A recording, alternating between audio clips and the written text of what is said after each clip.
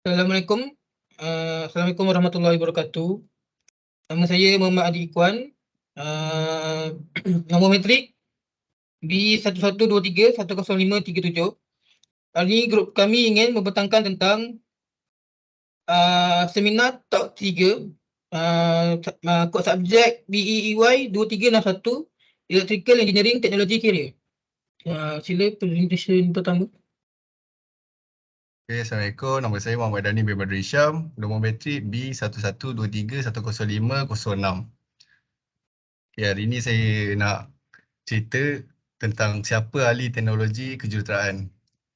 Teknologi kejuruteraan, lulusan universiti adalah wajib untuk mendaftar sebagai juruteknologi kejuruteraan. Jika dia ingin mengambil pekerjaan sebagai juruteknologi kejuruteraan mengikut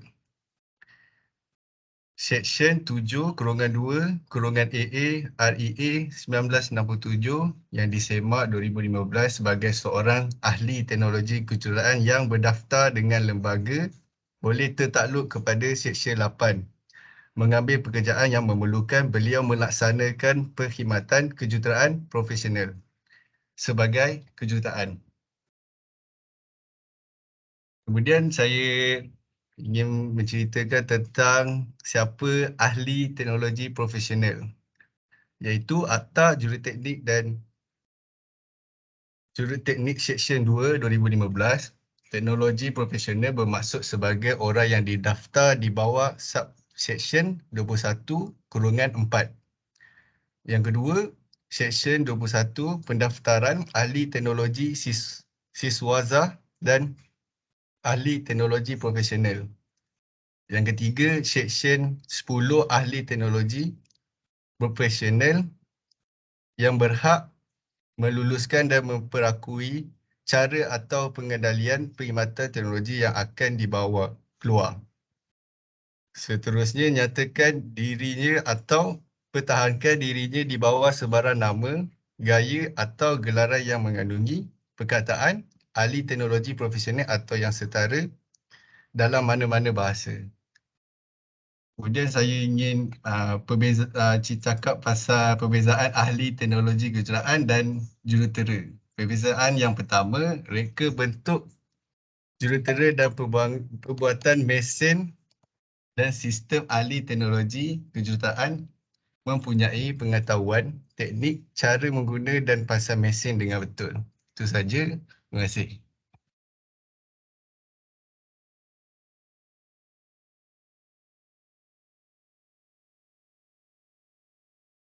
Seterusnya, Khairul Anwar.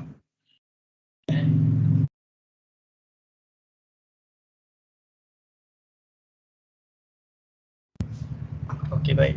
Terima kasih kepada sahabat saya. Okey.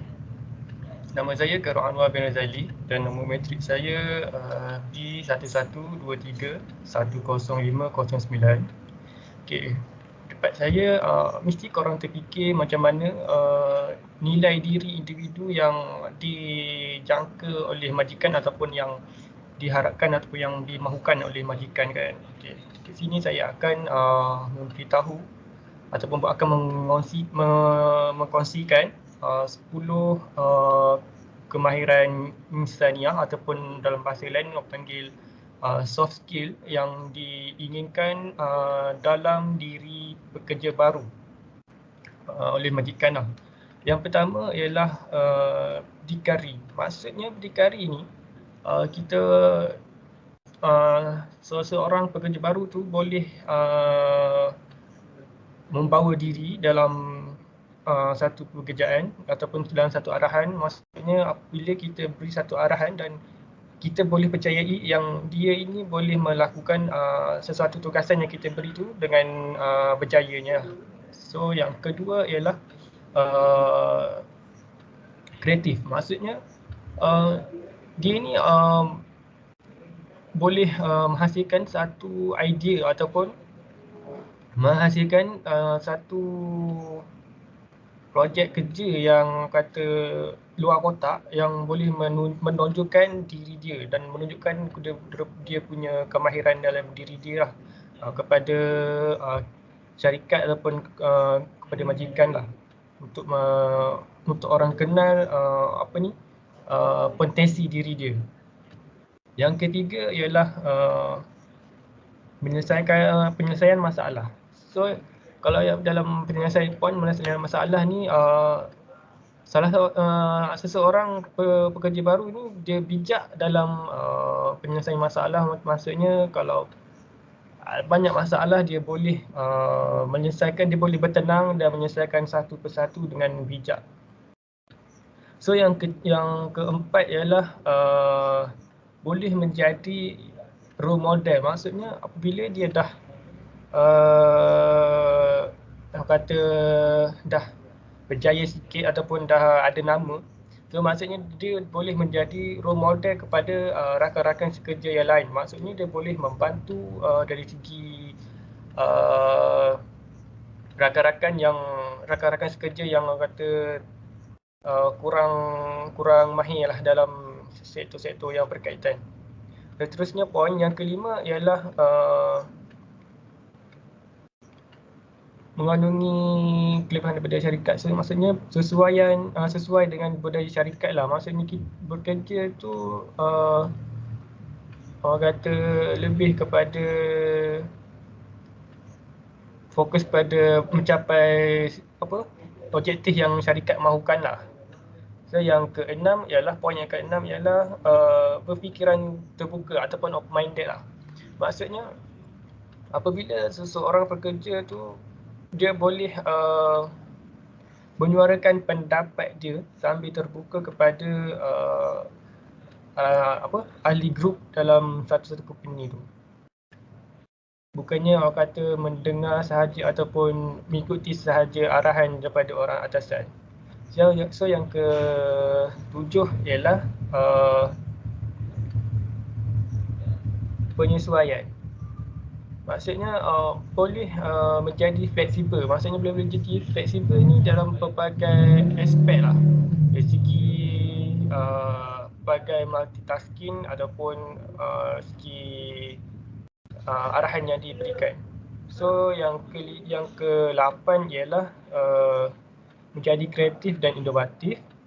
So yang ke-9 ialah membangunkan proses kerja baharu. Dan yang ke-10 ialah mengambil inisiatif sebagai pemilihan tambahan. So itu sahaja daripada saya akan serahkan kepada sahabat saya iaitu Amjad Syamil untuk poin yang seterusnya. Okey, terima kasih saudara Khairul Anwar. Okey, nama saya Amjad Syamil bin Muhammad Asri. Nombor matrik saya B1123104996. So hari ini saya nak membentangkan mengenai potensi pekerjaan yang ada di pasaran untuk bidang teknologi kejuruteraan elektrik. Okey, yang pertama kita boleh menjadi seorang teknologis.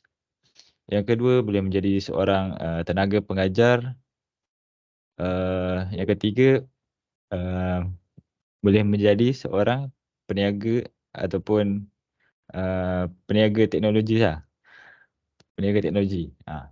Okay, yang keempat boleh menjadi seorang penyelidik. Yang kelima kita juga boleh menjadi seorang jurutera. Dan yang keenam kita boleh menjadi kaki tangan kerajaan. Okay. Seterusnya saya akan menerangkan laluan kerjaya sebagai kejuruteraan teknologis. Okey, yang pertama manufacturing or production. Biasanya kita biasanya pekerja akan bekerja di kilang lah. Okey, yang kedua practice oriented design.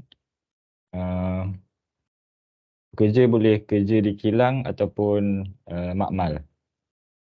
Okey, yang ketiga development of new products. Okey, pekerja boleh bekerja di banyak tempat. Contohnya dari segi sektor kerajaan ataupun swasta. Okey, yang Yang kelima, yang keempat, Field Engineering and Maintenance. Yang kelima, Resource Management. Okay, pekerja boleh bekerja di kilang industri dan juga kilang komersial. Okay, yang keenam, Quality Control. Dan yang terakhir sekali adalah Technical, Sales and Service. Okay, bekerja boleh membuat perniagaan lah. Seperti contoh menjual mesin, produk dan banyak lagi. Okey, itu saja daripada saya. Sekian, terima kasih.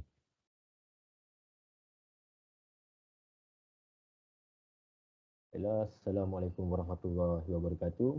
Nama saya Amir Faris bin Abdul Wahid. Nombor matrik saya B1123100520. Kali ini saya akan menceritakan tentang fokus kurikulum di antara engineer dengan teknologi engineer. Baiklah, engineer ni yang kita tahu dia lebih memfokuskan kepada teori dan juga conceptual design, manakala untuk teknologi engineer ni lebih memfokuskan kepada aplikasi dan pelaksanaan. So pendek kata, nak diringkaskan, teknologi ni kalau dalam silibus kita ambil dekat diploma, dekat degree ke, dia 60% based on kita punya 60% ni berdasarkan kita punya amali dan 40% adalah teori. Manakala kalau untuk engineering saja, dia 50-50, iaitu 50% untuk amali dan 50% untuk teori. Jadi dekat sini saya akan terangkan sedikit mengenai tentang engineering dan juga engineering teknologi. Engineering ni program dia biasanya memfokuskan teori dan conceptual design, manakala teknologi engineering fokuskan implementation and application. Dan biasanya kalau engineering ni memerlukan tambahan ataupun biasanya macam subjek-subjek higher level mathematics lah, termasuklah calculus dengan calculus based theoretical science course. Okay, untuk engineering teknologi pula, dia memfokuskan kepada algebra, trigonometri, dia ada calculus juga. Tapi mungkin silibus dia tak sekeras ataupun tak sesusah dengan engineering lah.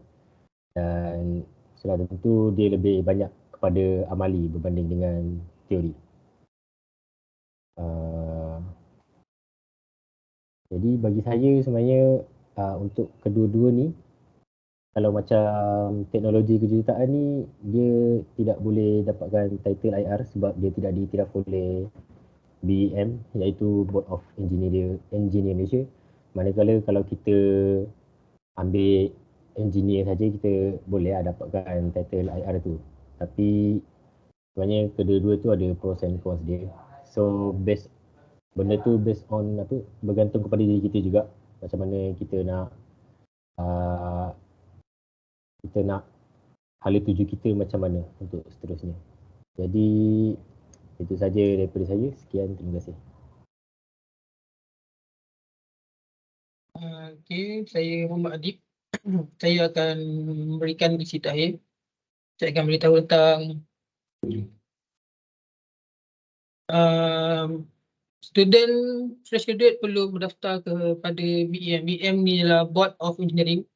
Pendaftaran student fresh graduate adalah mandatory.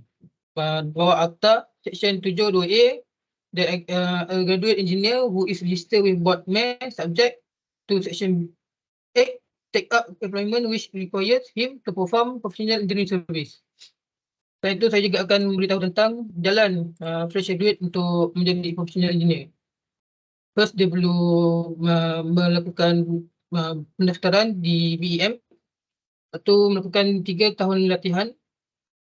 Lepas tu dia perlu melakukan professional interview di IEM. IEM ialah Institute Engineering Malaysia. Lepas tu jadi pada IEM corporate member, dan dia belum menduduki kompetensi examination. dan akhir sekali dia akan menjadi professional engineer. Saya rasa itu aja daripada pelan kami. Sekian, terima kasih.